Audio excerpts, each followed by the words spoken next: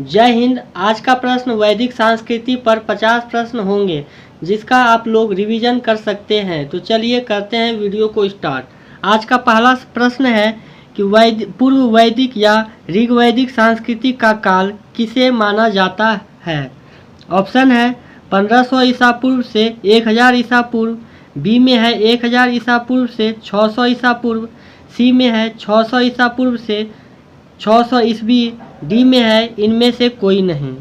तो इसका सही जवाब है ऑप्शन ए 1500 ईसा पूर्व से 1000 ईसा पूर्व। दूसरा प्रश्न है उत्तर वैदिक संस्कृति का काल किसे माना जाता है। ऑप्शन है 1500 ईसा पूर्व से 1000 ईसा पूर्व, 1000 ईसा पूर्व से 600 ईसा पूर्व, 600 ईसा पूर्व से 600 ईस्वी, इनमें से कोई नहीं। तो उत्तर वैदिक संस्कृति का काल 1000 ईसा पूर्व से 600 ईसा पूर्व तक का काल को माना जाता है। तीसरा प्रश्न है आर्य शब्द का शाब्दिक अर्थ है। ऑप्शन है ए में वीर या योद्धा, बी में है श्रेष्ठ या कुलीन, सी में है यज्ञकर्ता या पुरोहित, डी में है विद्वान। तो इसका सही जवाब है ऑप्शन बी श्रेष्ठ या कुलीन। अगला प्रश्न है कि प्रारंभिक आर्यों के बारे में निम्न कथनों में से कौन सा सही नहीं है। तो ऑप्शन है वे संस्कृत बोलने वाले थे, बी में है वे घुड़सवारी किया करते थे, सी में है वे कोई झुंडों में भारत पहुँचे, डी में है वे मुख्यतः नगरों में निवास करते थे। तो इसका सही जवाब है ऑप्शन डी वे नगरों में मुख्यतः निवास करते थे। यह गलत है, बाद बाकी सभी सही है। वे संस्कृत बोलते थे, वे घुड़सवारी किया करते थे, अब वे कई झुंडों में भारत पहुँचे थे। अगला प्रश्न है इनमें से किस फसल का ज्ञान वैदिक काल के लोगों को नहीं था।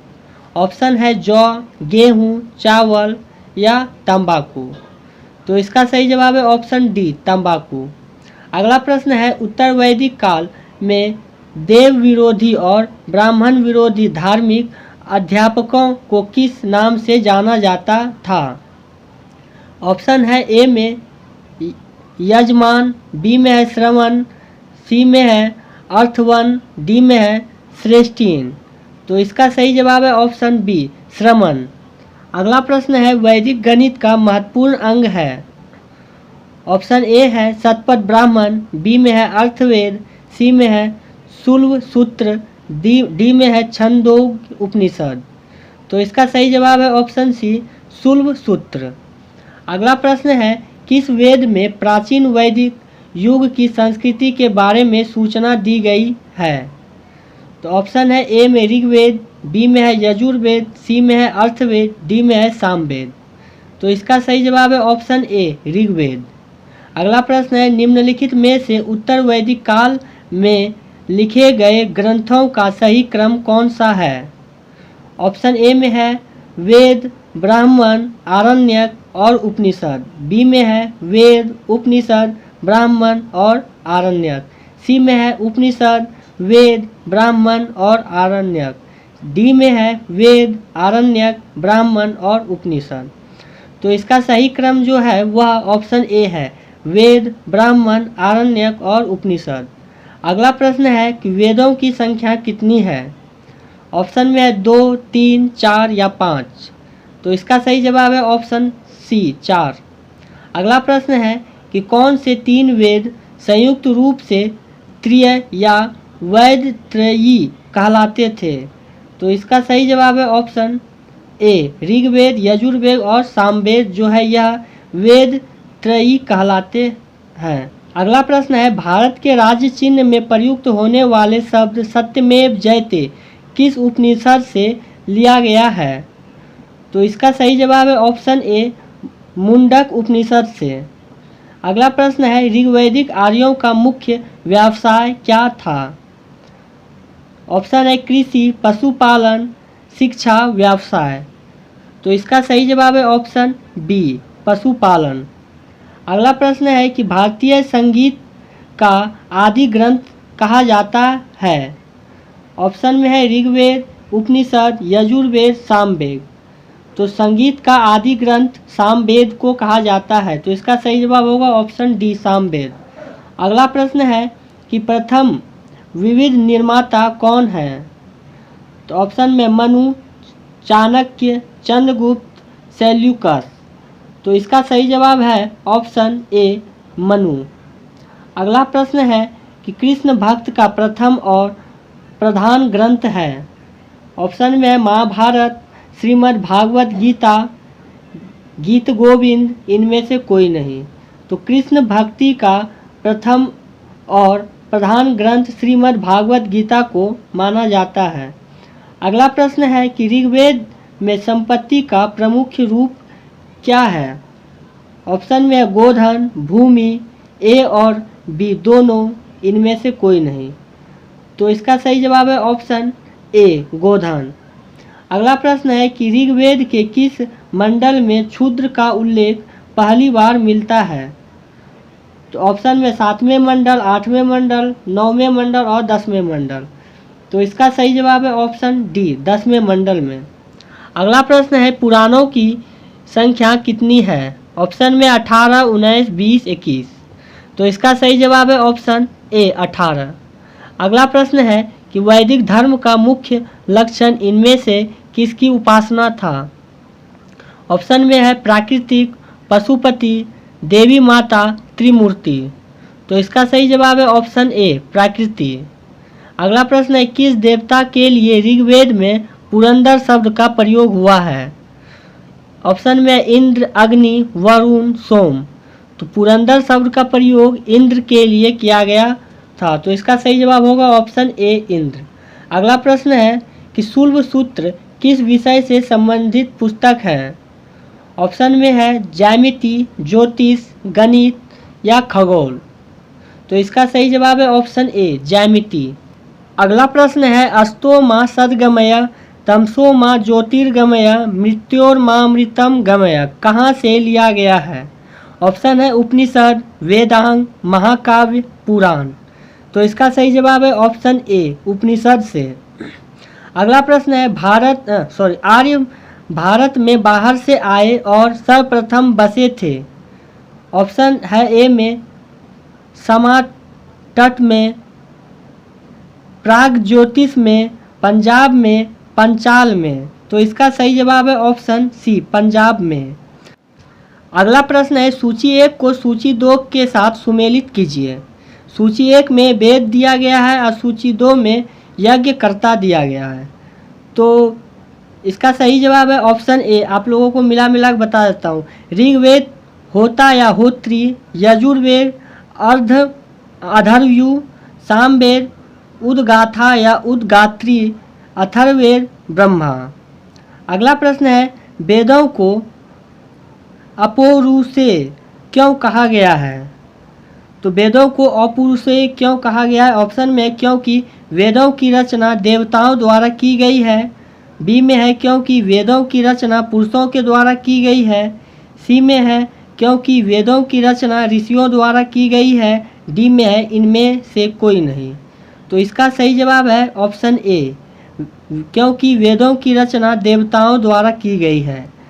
अगला प्रश्न है वैशेषिक दर्शन के प्रतिपादक हैं।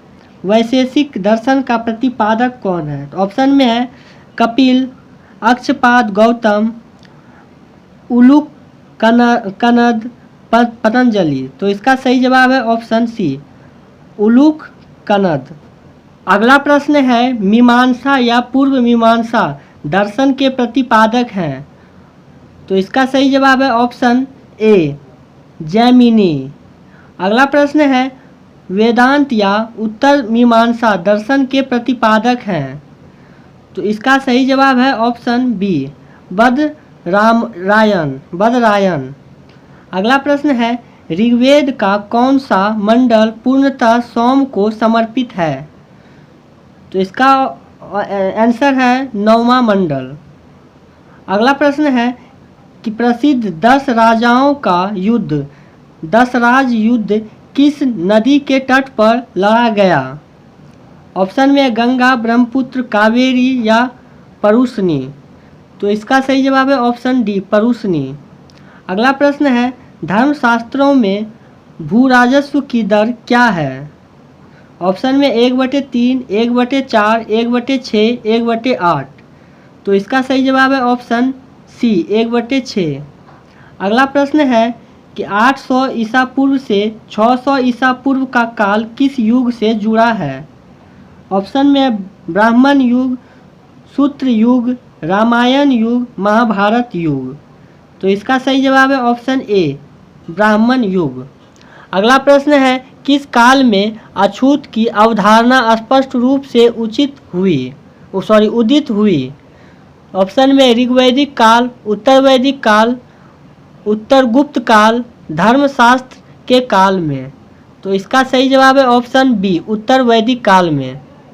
अगला प्रश्न है एशिया माइनर स्थित बोगाज कोई का महत्व इसलिए है कि ऑप्शन में है कि वहाँ जो अभिलेख प्राप्त हुए उसमें 4 वैदिक देवताओं इंद्र, वरुण, मित्र, नास्त्य का उल्लेख मिलता है। तो यह इसका सही जवाब है। अगला प्रश्न है कि गायत्री मंत्र देवी स्मृति को संबोधित है किस पुस्तक में मिलता है? तो गायत्री मंत्र जो है यह ऋग्वेद से लिया गया है। तो इसका सही जवाब होगा ऑप्शन ए ऋग्वेद। अगला प्रश्न है न्याय दर्शन को प्रचारित किया था? तो न्याय दर्शन को प्रचारित गौतम ने किया था। तो इसका सही जवाब होगा ऑप्शन बी गौतम। अगला प्रश्न है कि प्राचीन भारत में निष्क से जाना जाते थे। तो निष्क स्वर्ण आभूषण के लिए जाने जाते थे। तो इसका सही जवाब होगा ऑप्शन ए। अगला प्रश्न है योग दर्शन के प्रतिपादक हैं? ऑप्शन में पतंजलि, गौतम, जैमिनिक, शंकराचार्य। तो योग दर्शन के प्रतिपादक पतंजलि हैं। अगला प्रश्न है उपनिषद पुस्तकें हैं धर्म पर, योग पर, विधि पर, दर्शन पर। तो इसका सही जवाब है ऑप्शन डी दर्शन पर। अगला प्रश्न है सूची 1 को सूची 2 के साथ सुमेलित कीजिए एवं नीचे दिए गए कूट की सहायता से उत्तर दीजिए। तो इधर 4 वेद दिया गया है और इधर उससे जुड़ा हुआ कुछ तथ्य दिया गया है। तो इसको डायरेक्ट यहाँ देख लेते हैं। इसका सही जवाब होगा ऑप्शन ए। तो ऋग्वेद जो है वह शास्त्रों एवं प्रार्थनाओं से जुड़ा है। यजुर्वेद शास्त्रों एवं कर्मकांड से जुड़ा है। सामवेद संगीतमय स्रोतों से जुड़ा है। अथर्ववेद जो है तंत्र मंत्र एवं वशीकरण से जुड़ा हुआ है। अगला प्रश्न है आरंभिक वैदिक साहित्य में सर्वाधिक वर्णित नदी है? सिंधु इसका सही जवाब होगा। अगला प्रश्न है कि उपनिषद काल के राजा अश्वपति शासक थे? ऑप्शन है काशी के, केकई के, पंचाल के, विदेह के। तो इसका सही जवाब होगा ऑप्शन बी केकई के। अगला प्रश्न है आध्यात्म ज्ञान के विषय में नचिकेता और यम का संवाद किस उपनिषद में प्राप्त होता है? तो इसका सही जवाब है ऑप्शन सी कठोपनिषद में। अगला प्रश्न है कि वैदिक नदी कुंभा जिसको काबुल भी कहा जाता है का स्थान कहाँ निर्धारित होना चाहिए? तो काबुल नदी जो है वह अफगानिस्तान में है। तो इसका सही जवाब होगा ऑप्शन ए अफगानिस्तान। अगला प्रश्न है कि कपिल मुनि द्वारा प्रतिपादित दार्शनिक प्रणाली है? तो इसका सही जवाब है ऑप्शन बी सांख्य दर्शन। अगला प्रश्न है कि भारत के किस स्थल की खुदाई से लौह धातु के प्रचलन के प्राचीनतम प्रमाण मिलते हैं? तो इसका सही जवाब है ऑप्शन बी अंतरन जी खेड़ा से। अगला प्रश्न है निम्नलिखित में किसका संकलन ऋग्वेद पर आधारित है?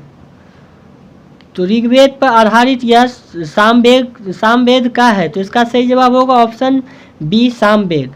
अगला प्रश्न है निम्नांकित में कौन प्रस्थान त्रय में शामिल नहीं है? तो प्रस्थान त्रय में शामिल भागवत नहीं है। और देखिएगा तो श्रीमद् भागवत, ब्रह्म सूत्र और उपनिषद यह तीनों प्रस्थान त्रय में शामिल हैं। अगला प्रश्न आज का अंतिम प्रश्न है कर्म का सिद्धांत संबंधित है? तो न्याय से, मीमांसा से, वेदांत से या वैशेषिक से? तो कर्म का सिद्धांत यह मीमांसा से संबंधित है। अगर आप लोगों को यह वीडियो अच्छा लगा तो वीडियो को लाइक करें। अगर कुछ थोड़ा बहुत गलती अगर हो गई हो तो क्षमा कीजिए। मिलते हैं अगले वीडियो में, तब तक जय हिंद।